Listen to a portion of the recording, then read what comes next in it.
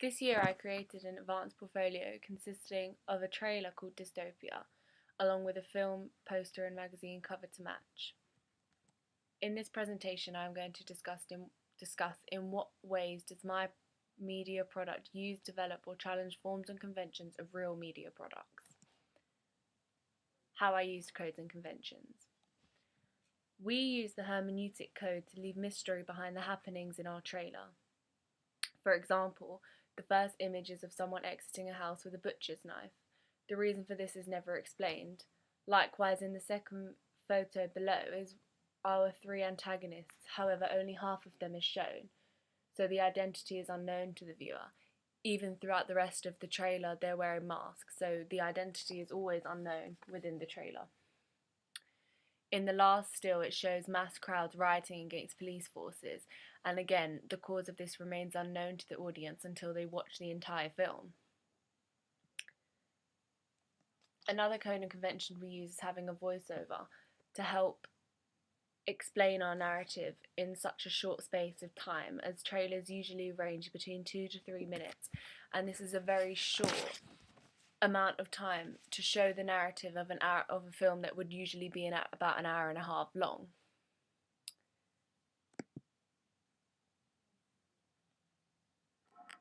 It's 2065 and this is what our cities have become.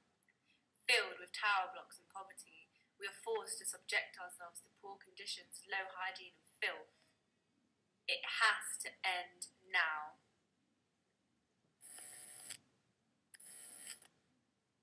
99% of the population is poor, but there is still hope.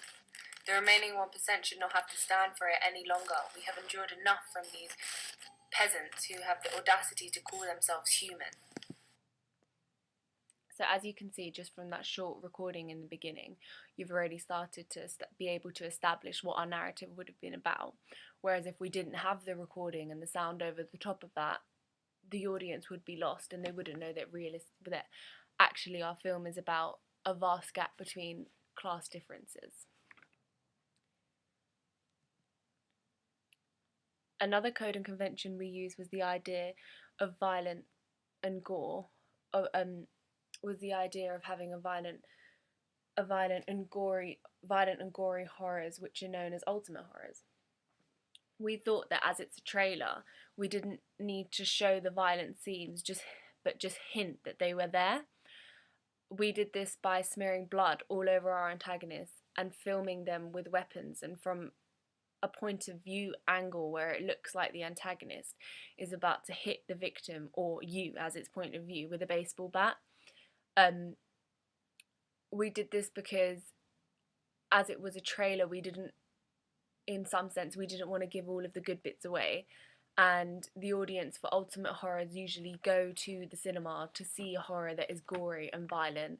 And when we did our research, we realised that a lot of the complaints about ultimate horrors was that all of the violent bits were given away in the trailer, so we didn't want to do that. We also adhered to code and conventions of titles and text shown in horror trailers, or really all trailers. We made an image for our production company, Magnum Pictures. This was because we felt it gave our trailer a much more realistic feel, as pretty much every trailer we looked at in horror genre or not in horror genre had the first image that you saw was of the symbol or the logo for their production company.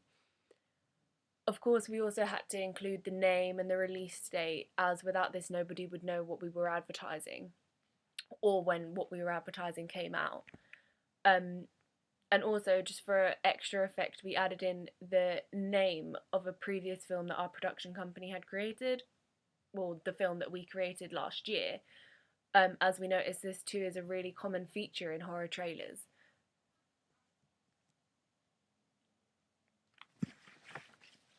For our film poster, for our film poster and magazine cover, we also adhered to certain codes and conventions. For our film poster, we used the Enigma code in regards to our choice of weapons. As you can see, in the three images there, these aren't particularly threatening objects. They're more everyday objects that most people would have in their house. So therefore, we thought the audience will question if the choice of these bizarre objects is significant in any way later on in the film. Why they haven't got guns or knives or something that's normally recognised in thriller or horror films, why instead they have these bizarre weapons, and perhaps even wonder if it's for a more sinister reason, that perhaps it's going to be a much more gory and much more violent in the scenes within the film. For our poster, we also used the codes and traditional typical codes and conventions for text. We did this just by including a title, an age certificate, a tagline and a release date, and the credits of everyone involved. We decided to use a tagline, even though not all film posters have taglines. We noticed that a lot of horror films do, so we decided to just incorporate a tagline in ours for extra effect.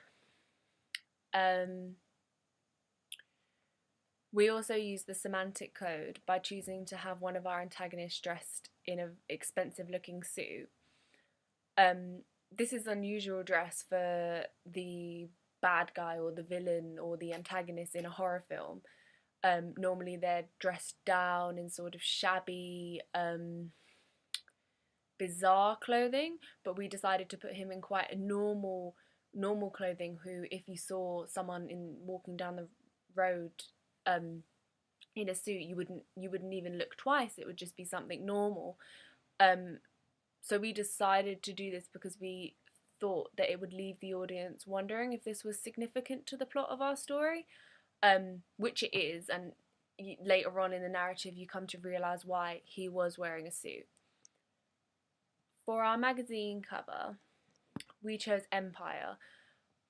We chose Empire because we felt our narrative suited the interests of their target audience best, as when we were looking at past covers of Empire, it showed a lot of, it showed stuff like The Purge and stuff like that, that are similar to the narrative of our horror film.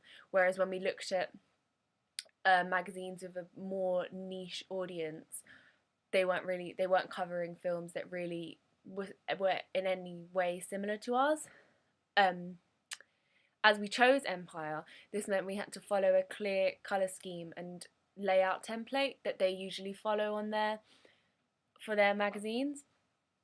This was easy for us as our image is a centre image of one of our antagonists, and as we wanted to have the background in black and white, as the same that we do on our film poster.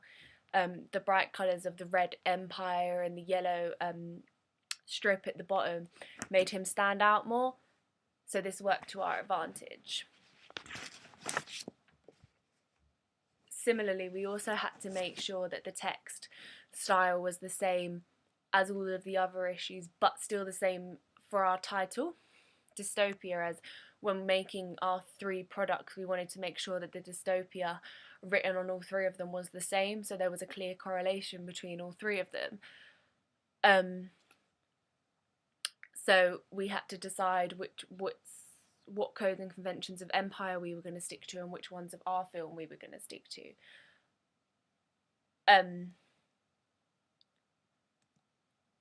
Moving forward, I developed codes and conventions through the use of sound. When doing our research, we noticed that most, if not all, horror trailers start with peaceful, calm, assuring music to show the show the peacefulness at the beginning. However, when discussing our plot, we came to the conclusion that there isn't really any peaceful, neutral time in our film, as it's set in a dystopian future, and that's the point. So we decided to develop the idea of sound and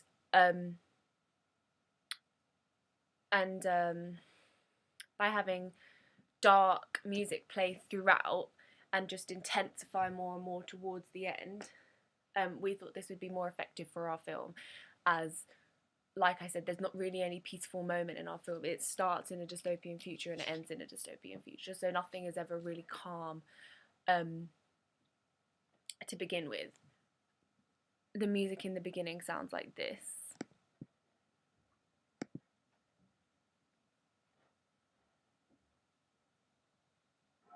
It's 2065 and this is what our cities have become. Filled with tower blocks and poverty, we are forced to subject ourselves to poor conditions, low hygiene and filth. It has to end now.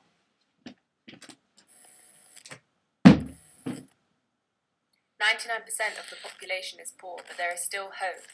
The remaining 1% should not have to stand for it any longer. We have endured enough from these peasants who have the audacity to call themselves human. We have nothing anymore. As you can see, it's subtle, but it's still there and it's still intensifying the mood and the atmosphere of the whole trailer. Just depicting that it is quite a dark time in society and it is a dystopian future and nobody is really sure of what's going to happen next.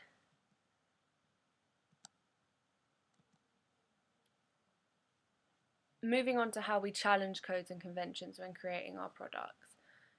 I think to some extent our mise-en-scène challenges codes and conventions, because our costumes for our antagonists are not out of the ordinary. They're sort of things that you would see people wear every day in the street, or at home for the apron. It's not anything that you would see and look twice at. So instead of trying to make costumes scary, we decided to make them bizarre. Bizarre in the sense that they're quite mundane things to wear to provoke questions and perhaps even more fear from the audience, because without explaining why the people are dressed like this, it could actually provoke more fear from them, the fear in the unknown, or the fear in knowing that actually are the psychotic people who are going around hunting everybody in our film are actually just closer to home than you think. They're just everyday people who you could actually see walking on the street.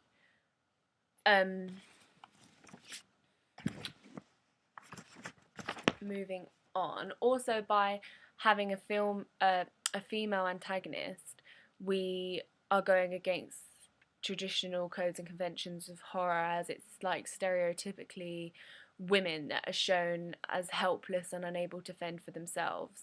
Therefore, by making her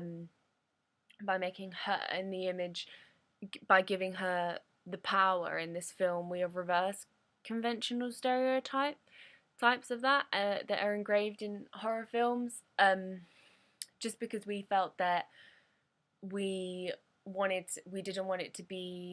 didn't want our cast to be, in a sense, male against female. We wanted it to be about class. So we thought that having a female antagonist and a male protagonist, we would mix it up a bit and it would focus more on class than gender differences.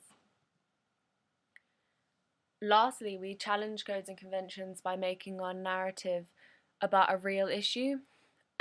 When researching, we noticed that most horror films don't depict a real issue, just some frightening events to scare the audience.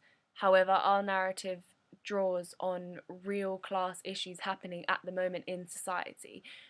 However, we do exaggerate them, but that's purely for entertainment purposes. We talked about class differences in society, we intensified them and exaggerated them just for entertainment, but really this sets us aside from other horror films because ours actually has a purpose, and in a way, when we were making it, we wanted to exaggerate it to perhaps make people think about the current situation. And